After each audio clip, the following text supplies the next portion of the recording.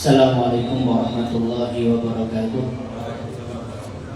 Bismillahirrahmanirrahim. Alhamdulillahirabbil alamin wassalatu wassalamu ala asyrafil anbiya'i wal mursalin sayyidina maulana Muhammad wa ala alihi wa sahbihi ajma'in. Subhanallah walhamdulillah wa la ilaha illallah wallahu akbar wa la haula wa la quwwata illa billahil aliyyil azim. Adada kulli harfin kutiba wa yuktabu abadal abidin wa dahra dahirin. Subhanaka la ilma lana illa ma 'allamtana innaka antal alimul hakim. Rabbi shrah li sadri wa yassir li amri wahlul 'uqdatam min lisani yafqahu qawli bijahin nabi wa sahbihi wal ali amma ba'd. Yang sama-sama kita muliakan dan kita hormati dan kita cintai segenap para habaib, wabil khusus Fatilatul Habib Muhammad Bagir bin Abdul Qadir bin Aqil hafizahullah wa ra'ah wa mata'ana Allah bituli hayatihi syarifah ma'a kamal istiha wal afiyah. Amin amin ya rabbal alamin. Dan juga para habaib lainnya yang berhadir pada malam hari ini, Fadilatul Habib Fakhrani bin Saleh bin Hamid Al-Khirid, Al-Habib Ya'qub bin Hasan Al-Idrus, Al-Habib Fadli bin Saleh bin Hamid Al-Khirid, Sayyid Muhammad Raja bin Abdul Muttalib Al-Habsyi, Sayyid Azmi Sajid bin Fauzan Zaini Al-Khirid, Sayyid Ali bin Johan Syah bin Uthman bin Amir bin Ja'far Al-Habsyi, dan para habib yang lain. Teriring doa untuk beliau semuanya, mudah-mudahan Allah panjangkan umurnya, Allah sehatkan, Allah afiatkan, dan mudah-mudahan apa yang dihajatkan beliau dan kita semuanya mudah-mudahan dikabulkan dan dimudahkan oleh Allah Subhanahu wa taala. Amin amin ya rabbal alamin. Hadirin hadirat, Bapak Ibu, adik-adik sekalian yang sama-sama dimuliakan dan dirahmati oleh Allah. Kembali kita sambung kajian di dalam kitab At-Taqriratus Sadidah. Faqala sayyidi wa ustadzi Al-Habib Hasan bin Ahmad bin Muhammad bin Salim Al-Kaf hafizahullah wa ra'ah wa nafa'ana bihi wa bi ulumihi wa bi asrarihi fid dharain amin ila an qala qasmus sadaqah. Pembahasan kita pada malam hari ini perihal penyaluran zakat atau sedekah wajibah. Dan di sini Bapak sekalian, kalau kita perhatikan di dalam bahasa Arabnya itu bacaannya qasmu bukan kismu. Kalau kismu itu kan bagian, jatah, atau bisa diartikan dengan kelas juga, itu kismu, pembagian. Tapi di sini bukan kismu tapi qasmu. Kalau qasmu itu penyaluran, ini pemberian, ini diserahkan, itu qasmu bahasa Arabnya. Makanya di sini qasmus sedekah, kepada siapa aja sedekah wajibah atau zakat ini disalurkan. Maka disebutkan di sini dalam kitab ini, kata beliau, al-muradu bis-shadaqati huna as-shadaqatul wajibah wa hiya az-zakah. Yang dimaksud dengan sedekah di dalam tema ini adalah sedekah wajibah, yang tidak lain tidak bukan adalah zakat. Wal aslu fiha qaulu ta'ala, yang mendasari, melandasi akan penyaluran zakat ini kepada siapa saja itu adalah firman Allah Subhanahu wa taala. Allah berfirman, innamas shadaqatu lil fuqara'i wal masakini wal 'amilina 'alaiha wal mu'allafati qulubuhum wa fir riqabi wal gharimina wa fi sabilillahi wa ibnis sabil fariidatan minallah wallahu 'alimun hakim. Sesungguhnya sedekah itu diperuntukkan hanya untuk orang-orang fakir, orang-orang miskin, dan pekerja yang mengumpulkan akan zakat dan menyalurkan zakat. Bahasanya amil. Wal mu'allafati qulubuhum, dan mu'allaf yang masih dibujuk hatinya, dirayu hatinya. Wa fir riqabi, dan diperuntukkan untuk membebaskan dirinya daripada perbudakan. Wal gharimina, dan diperuntukkan untuk orang-orang yang berhutang, memiliki hutang. Wa fi sabilillah, dan diperuntukkan di jalan Allah, orang-orang yang berada di jalan Allah. Wa ibnis sabil, dan diperuntukkan untuk orang-orang yang dalam perjalanan atau ingin perjalanan untuk pulang. Itu semuanya ketetapan daripada Allah. Wallahu alimun hakim, dan Allah lah Maha mengetahui dan bijaksana. Maka di dalam ayat tersebut, Bapak dan Ibu sekalian, bisa kita pahami yang namanya zakat itu pokoknya disalurkan kepada 8 golongan ini. tidak bisa disalurkan kepada yang lainnya.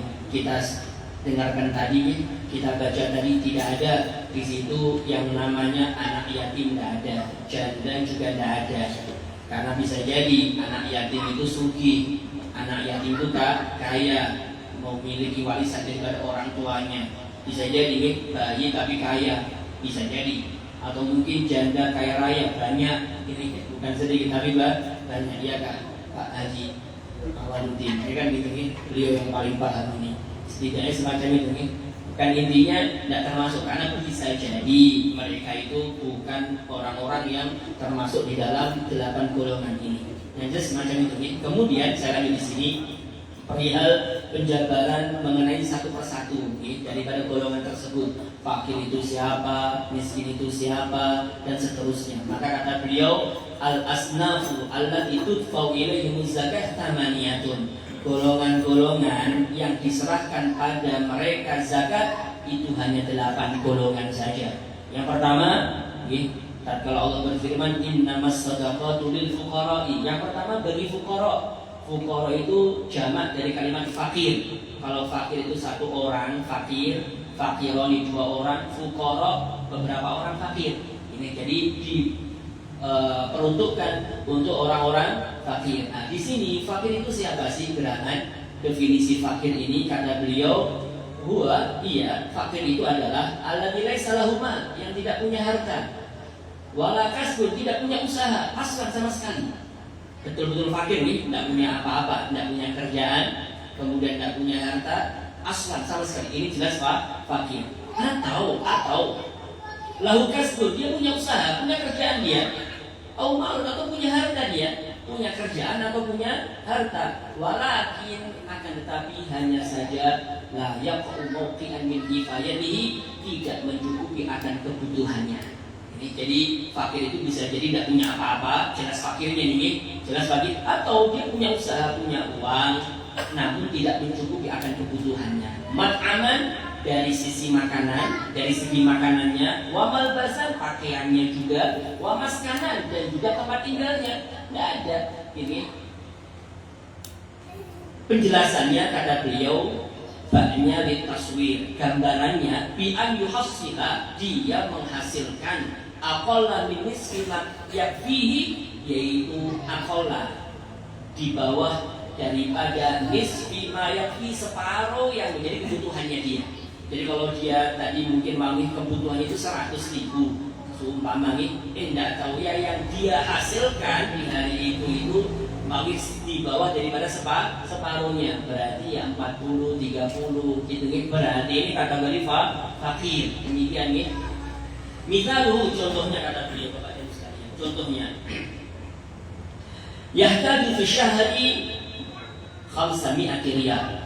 Ia memerlukan di setiap bulannya ya kurang lebih 500 real. Ini bahasa di sini nih, contohnya.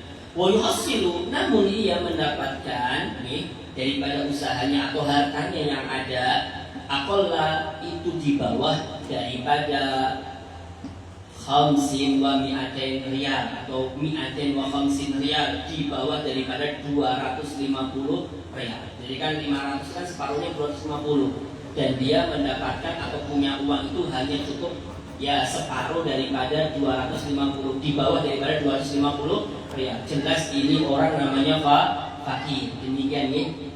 Ini fakir. Berarti kalau kita ingin mengeluarkan zakat kita, pastikan kalau itu fakir betul-betul fakir, betul-betul memang mencukupi akan kriteria ini.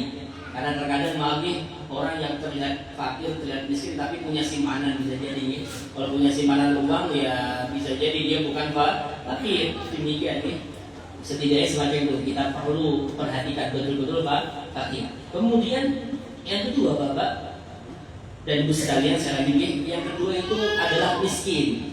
Tentunya di sini sebagaimana kita ketahui kalau miskin itu setidaknya di atasnya fakir, lebih nyaman daripada fakir. Walaupun di sana ada pendapat di antaranya di dalam madhab Imam Malik itu berbeda.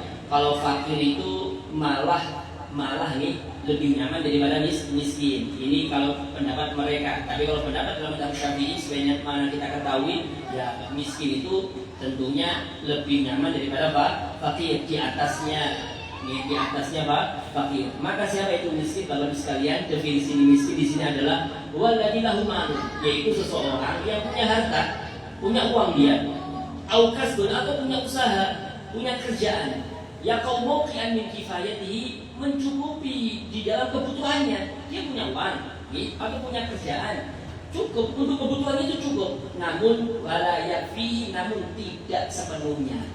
Wala yakfi tidak mencukupi seluruhnya maksudnya. Ya cukup sih cukup, cuma tidak seluruhnya, tidak sepenuhnya, tidak 100%. Gini, kalau kita perlunya 100.000, tidak 100.000. Kalau 70-80 cukup aja sih, dihemat-hemat cukup aja. Cuma tidak semuanya. Ini miskin nih. Makanya kata beliau mencontohkan seumpama kayak orang tadi di atas, dia memerlukan saben bulan itu 500 rial, tapi dia mendapatkannya itu hanya sekedar 400 rialan. Berarti kan di atas 250 rial, berarti di atas separuh lah, di atas separuh, bahkan hampir mendekati 500 rial. Berarti ini orang kata beli miskin. Demikian nih. Karena kalau sobat zubat faqirun al-adil wal miskinu lahu nah yaqul mauqi'atu takmilah. Fakir itu al-adilnya tidak punya siapa-siapa, tidak punya apa-apa. Wal miskinu, dan si miskin itu adalah lahu, dia punya harta, namun ma yaqul tidak mencukupi akan kebutuhannya. Duna takmilah, secara kesempurnaan, secara keseluruhan gitu, tidak mencukupi akan secara keseluruhan. Ya sebagaimana sudah dijelaskan tadi, itu dari kesimpulannya di dalam kitab Sofwatul Zubat. Kemudian Bapak sekalian sampai di sini perihal yang ketiga, al-amil. Yang ketiga itu adalah amil. Amil itu adalah orang yang memang bekerja untuk menjemput zakat dan menyalurkan zakat, itu amil. Mayusan masai. Di dalam pembahasan lain Bapak sekalian, namanya bukan amil, tapi namanya juga dinyatakan atau dikatakan sa'i. Sa'i itu sama nih. Sa'i itu dari kalimat sa'a, mengusahakan. Sa'i berarti orang yang mengusahakan, memang mengusahakan, mencurahkan tenaganya untuk mengambil zakat dari orang-orang yang wajib mengeluarkan zakat dan disalurkan, dikeluarkan kepada orang-orang yang berhak menerima zakat. Makanya dinamakan sa'i. Ya mirip-mirip dengan amil maknanya. Siapa itu sa'i atau amil Bapak sekalian? Walladhi, yaitu orang yastakmilul hakim, yang ditetapkan oleh hakim, yang dipekerjakan oleh hakim. Jadi istakmal itu digunakan atau dipekerjakan oleh hakim. Memang sama penguasa ya dijadikan sebagai pegawainya. Yang menetapkan adalah hakim di sini. Fi akhdhi zakawat, di dalam mengambil zakat-zakat min arbabiha, daripada pemilik-pemiliknya. Wa sarfiha, bukan hanya mengambil zakat aja, tapi sarfiha, menyalurkannya zakat tersebut ila mustahiqiha, kepada para orang-orang yang berhak menerima zakat. Jadi tugasnya itu bukan hanya ngambil aja nih, mutiki saja, tapi juga menyerahkan.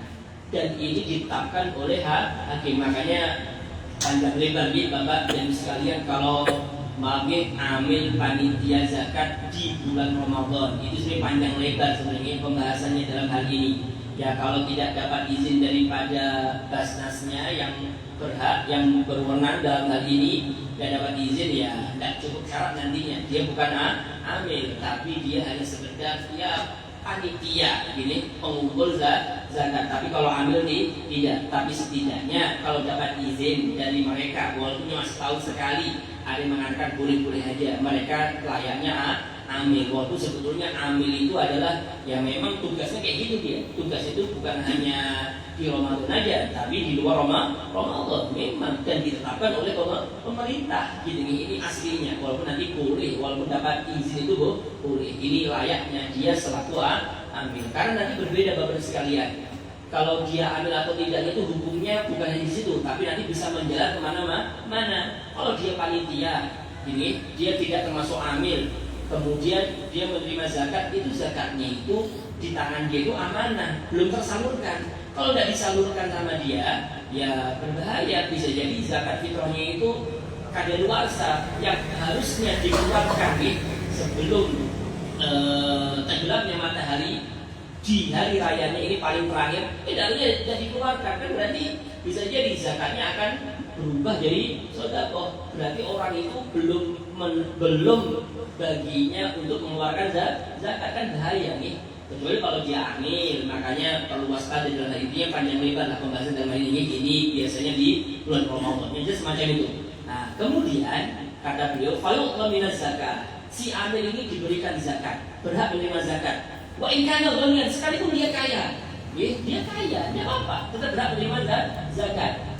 Namun perlu digarisbawahi selanjutnya nih, hada illam yaj'al lahu al-hakim ujratan min baitil mal. Ini semuanya dia berhak menerima zakat sekalipun dia kaya apabila hakim tidak memberikan upah dari uang negara. Ya kalau dia dapat gaji, ya tidak berhak bagi dia untuk menerima zakat. Kalau dapat gaji, ini ya setidaknya gajinya itu sepadan dengan zakatnya. Kecuali kalau dia cuma-cuma dari pemerintah dia dapat gaji, makanya diambilkan dari zakat sebagai upahnya dia, setidaknya semacam itu. Tapi kalau dia dapat gaji, ya tidak bisa. Makanya kata beliau, kalau dia dapat gaji, fal yuto, maka tidak diberikan zakat kepadanya. Ini dia tidak berhak menerima zakatnya. Dia demikian nih. Jadi amil itu kayak gitu definisinya.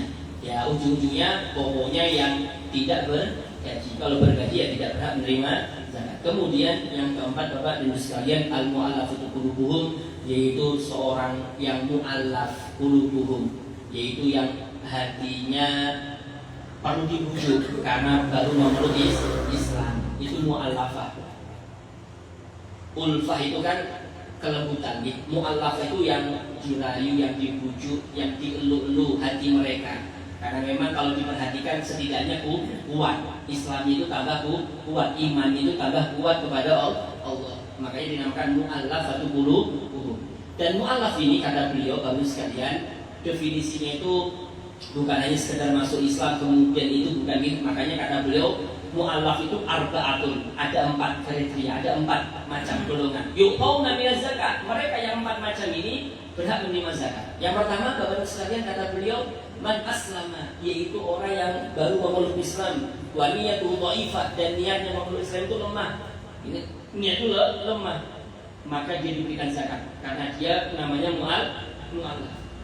Orang yang memeluk Islam dan niatan memeluk Islam itu lemah, gitu ya, tidak mantap. Kayaknya itu goyah, mudah goyah ini. Kalau diimbing-imbingi goyah ini, maka ya mereka berhak, orang ini berhak menerima zakat. Ini macam yang pertama. Yang kedua, Bapak Ibu sekalian, yang kedua, mu'allafah ini adalah syarifun, seorang yang terpandang di qaumihi, di dalam kaumnya. Jadi orang ini ya tokohnya yang terpandang di dalam kaumnya. Yurja bi iqaihi, diharapkan dengan ia diberikan zakat kepadanya. Apa yang diharapkan? Islamu mudaraihi, yaitu keislaman orang-orang yang sepadan dengan dia, orang-orang yang di bawahnya dia. Tatkala kita memperhatikan tokohnya nih, yang diberikan zakat kepadanya, yang kita harapkan tuh yang di bawah itu, yang sama dengan dia, yang di bawahnya itu juga memeluk Islam. Demikian nih, walaupun dia sudah mantap ini, Islamnya mantap ini, sudah kuat ini imannya dia, tetap dikasih, bisa jadi karena tujuannya biar menarik yang lainnya untuk memeluk Islam. Dan ini juga termasuk yang berhak menerima zakat. Kemudian yang ketiga, macam mu'allafah qulubuhum itu adalah muslimun, seorang muslim. Berarti dia sudah memeluk Islam, dia sudah memeluk Islam. Yuqatil, dia itu memerangi, si muslim tadi itu memerangi. Au yukhawwifu, atau dia menakut-nakuti. Mani az-zakah, orang yang enggan mengeluarkan zakat. Jadi maaf nih, jadi ada seorang muslim nih, dia ini kerjaannya dia memerangi, memusuhi, menakut-nakuti orang yang mencegah mengeluarkan zakat, orang yang enggan mengeluarkan zakat. Kemudian dia ini memeranginya, memusuhinya, kemudian bahkan ya dia tidak sengaja untuk menyeretnya ke hadapan seorang imam, maka bisa jadi si muslim tadi tetap menerima zakat. Gitu ya. Karena ini kategori mu'allafah qulubuhum. Demikian ya. Terkadang hatta yahmilaha ilal imam, sampai membawa zakatnya tadi, zakatnya kan dari orang ini tidak mengeluarkan zakat nih. Kan kita takdir terus, kita musuhin terus ya sama orang tadi. Sampai zakatnya tadi itu dibawa ke hadapan seorang imam, maka bagi dia nanti berhak menerima zakat. Kemudian yang keempat adalah man yuqatilu, yaitu orang yang memusuhi, man yalihi minal kufar, memusuhi kerabatnya, orang-orang dekat darinya, tetangganya atau orang-orang yang dekat dengan dia daripada orang-orang kafir dan orang-orang yang buhot. Buhot itu orang yang ini menentang akan penguasa yang ada. Kalau penguasa itu betul-betul ditekan dalam agama yang dipokokkan dalam agama, yang disahkan secara agama, kemudian kita memusuhinya, perintahnya kita larang, kita tidak mengindahkan perintahnya, bisa jadi kita namanya bughah. Ini bughah. Itu jamak dari kalimat baghin. Bughah itu ya tadi yang menentang akan pemerintah yang ada, yang sah. Maka kalau ada seorang muslim, dia memerangi orang-orang yang dekat dari dia, orang-orang yang dekat dengannya, dan yang diperangi itu adalah orang-orang kafir. Jadi kerabatnya yang dekat dengan itu orang kafir atau orang-orang yang menentang tadi, maka bisa jadi dengan memerangi dia itu berhak menerima zakat. In kana iqauhu, tapi tentunya apabila memberikan zakat kepadanya itu lebih mudah daripada memutus seorang pasukan. Kalau dilihat-lihat nih, kalau memusuhi orang kafir, yang memusuhi kita yang orang kafir tadi, kalau kita mengutus seorang jaish, pasukannya yang memang berani bertempur, itu kalau mengutus itu kan perlu biaya banyak ini. Lebih baik mengutus ini, lebih baik memberikan zakat kepada orang ini yang berani memusuhi orang-orang kafir yang dekat dengannya. Maksudnya yang yali itu bisa jadi dianggap kerabatnya, orang-orang yang dekat dengan dia, tetangganya atau orang-orang yang di sekitar dia. Tapi orang kafir memusuhi dia, maka berat dilawan. Bisa jadi di sini dia diberikan zakat, itu juga berhak bagi dia. Ini apabila mengutus pasukan itu lebih rumit, lebih mahal biayanya daripada dia, dan dia nanti berhak menerima zakat. Demikian ini tadi Bapak dan sekalian 4 macam daripada pengertian mu'allafatu qulubuhum. Jadi mu'allafatu qulubuhum itu bukan hanya sekedar orang yang baru memeluk Islam, yang lemah imannya, Islamnya, bukan itu aja. Memang itu mu'allafah juga, tapi terkadang mu'allafah itu untuk yang lainnya. Demikian. Kemudian saya lanjut, yang kelima itu adalah al-mukatab. Mukatab itu seorang budak. Inilah tadi yang disebutkan dalam Al-Quran wa fir riqabi. Zakat ini diperuntukkan untuk riqab, untuk membebaskan perbudakan dalam dirinya. Nah, budak itu macam-macam nih. Nah, di antara budak itu ada namanya budak mukatab. Yang berhak menerima zakat adalah budak mukatab. Mukatab itu dari kalimat kata bagi menulis. Mukatab itu berarti yang ada perjanjian dengan majikannya. Ya ada akadnya, ada cicilannya. Kalau dia bisa memberikan uang sekian-sekian sama majikannya, ini dengan mencicil atau yang lainnya, maka dia berhak untuk bebas. Makanya namanya budak mukatab. Yang diberikan zakat itu adalah budak mukatab. Kalau budak yang tunai 100% milik majikannya, ya nggak berhak dia menerima zakat. Karena budak yang tunai itu baru sekalian dia apa yang dia usahakan, apa yang dia miliki itu milik tuannya, gitu ya. Berarti kalau kita ngasih dia, ya tahsilul hasil, tidak dapat apa-apa, gitu ya, percuma. Makanya si budak mukatab ini berhak menerima zakat. Tujuannya agar dia bisa membeli dirinya sendiri, agar dia itu bebas. Makanya Islam itu luar biasa, sampai segitunya mukatab berhak menerima zakat. Demikian nih. Siapa itu mukatab? Man katabahu sayyiduhu, yaitu seorang budak yang memiliki perjanjian atau akad cicilan terhadap majikannya. Jadi majikannya itu memiliki akad perjanjian seperti kayak akad cicilan kita badan solihatan, dan cicilannya itu atau akad itu sah, dinyatakan sah. Ini kalau dia sewaktu-waktu dia bisa memberikan uang dengan nilai yang sudah ditetapkan oleh majikannya, maka dia berhak menerima, maka dia berhak untuk bebas. Kalau umpamina zakah, maka diberikan zakat kepadanya, yusaidahu dzalika fi tahriri minar rizqi, tujuannya akan membantu dia di dalam hal itu untuk membebaskan perbudakan pada dirinya. Kemudian yang keenam, al-gharimu, yaitu gharim. Gharim itu orang yang punya hutang. Wa huwa alladzi istajana li ghairi maksiatin, yaitu orang yang berhutang diperuntukkan bukan karena maksiat. Jadi apabila ada orang berhutang bukan karena maksiat, diperuntukkan bukan karena maksiat. Beda nih, saya punya hutang, hutangnya kepada seseorang. Tapi tujuannya hutang itu untuk apa? Untuk dugem. Jadi itu tidak dikasih zakat itu ya. Pokoknya berhutang itu bukan karena maksiat, bukan diperuntukkan untuk maksiat. Ya makanya contohnya kayak bangun pondok dia berhutang, berhak menerima zakat nanti ini. Kemudian untuk yang lain-lainnya lagi pokoknya bukan untuk maksiat. Kalau qamila zakat maka ia diberikan zakat ini. Wahwa arba'atun, dan ini Bapak sekalian ada 4 macam. Jadi orang yang berhutang itu kan terkadang hutangnya itu untuk keperluan umum, untuk dirinya pribadi. Makanya disebut oleh beliau orang yang berhutang itu ada 4 macam. Yang pertama saya lanjut ini biar agak cepat. Man istadana lidaf'i fitnatin baina mutanazi'aini wa in kana ghaniyan, yaitu orang yang berhutang gini.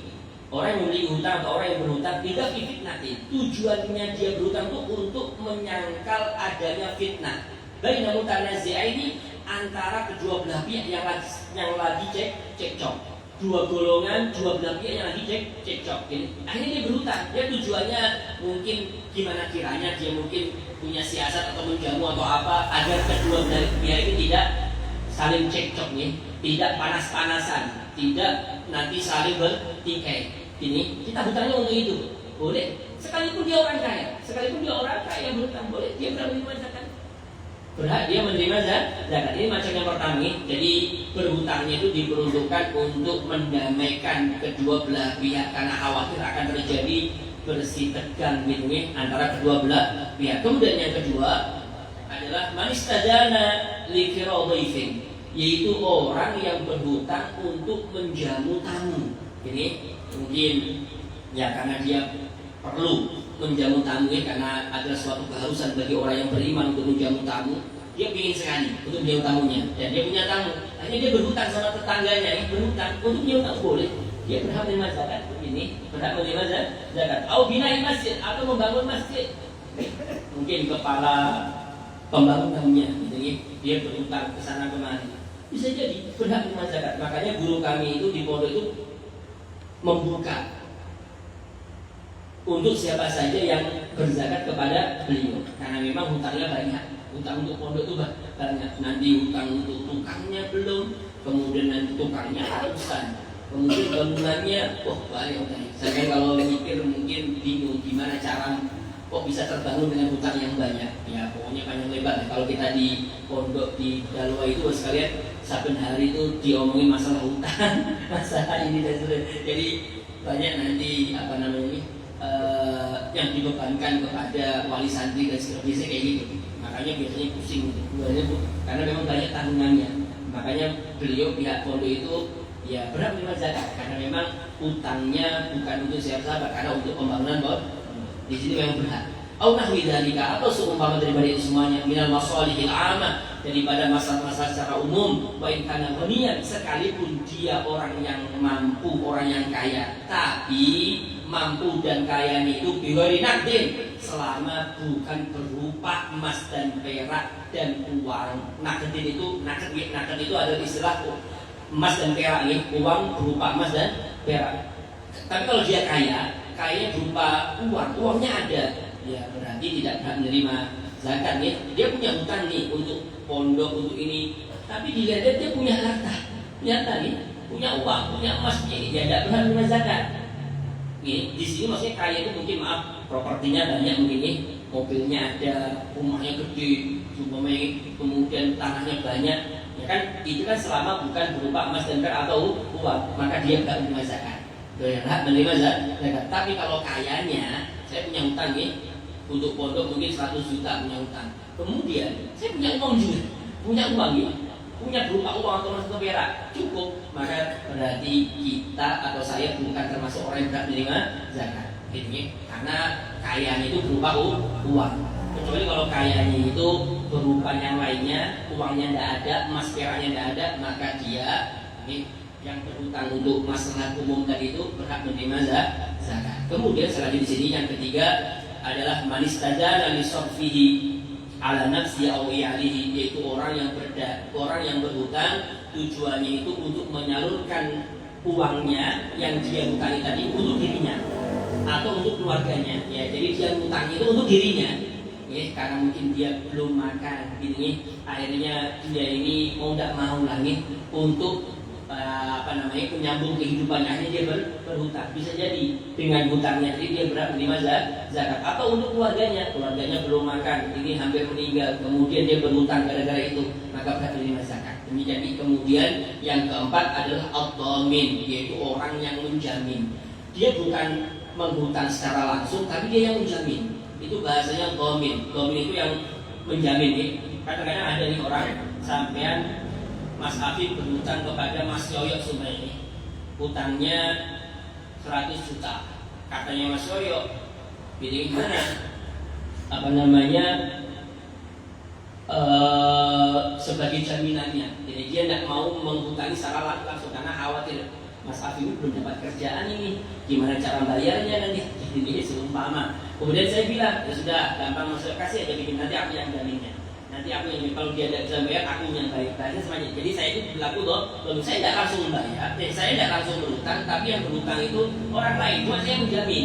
Jadi kalau suatu waktu dia tidak bisa bayar, maka saya yang ditagih oleh Yoyo ini, nanti saya yang membayar hutang karena saya yang menjamin. Itu bahasanya dhamin. Jadi maka dhamin tadi saya tadi itu diberi zakat. Inkarena musirah, kalau memang di waktu itu tatkala jatuh tempo, di waktu itu kebetulan dia tidak mampu, memang awalnya mungkin saya sugih, mungkin kemudian waktu jatuh temponya saya tidak punya apa-apa, seumpama lagi, maka di waktu itu saya berhak menerima zakat. Wa kana al-madmunu anhu musirun kadzalika, dan orang yang ditanggung di waktu itu, orang yang dijamin di waktu itu kebetulan juga tidak mampu di waktu itu. Tatkala jatuh tempo, maka saya berhak menerima zakat itu karena saya dhamin. Demikian setidaknya ini macam orang yang berhak menerima zakat.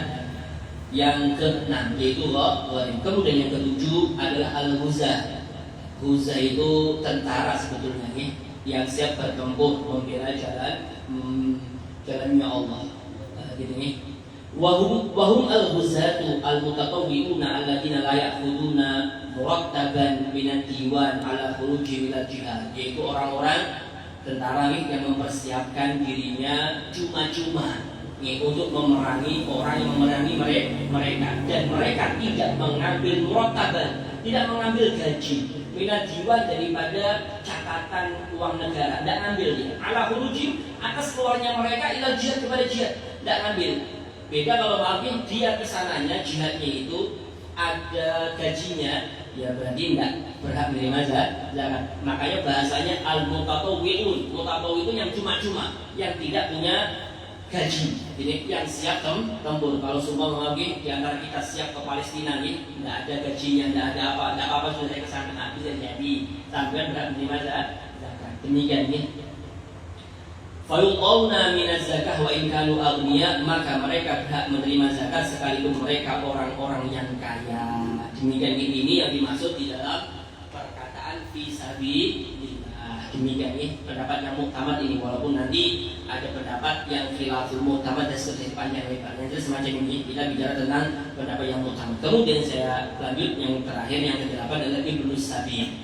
Ibnu Sabil itu jalan Ibnu Sabil itu orang yang di jalan. Maksudnya adalah orang yang statusnya musafir di dalam perjalanan, atau munsyi'us safar, ingin mengawali perjalanan. Jadi kalau musafir kan sudah perjalanan di tengah jalan, kemudian kehabisan bekal, berhak menerima zakat. Atau orang ini ingin mengawali perjalanannya, jadi ingin pulang kampung semua ini.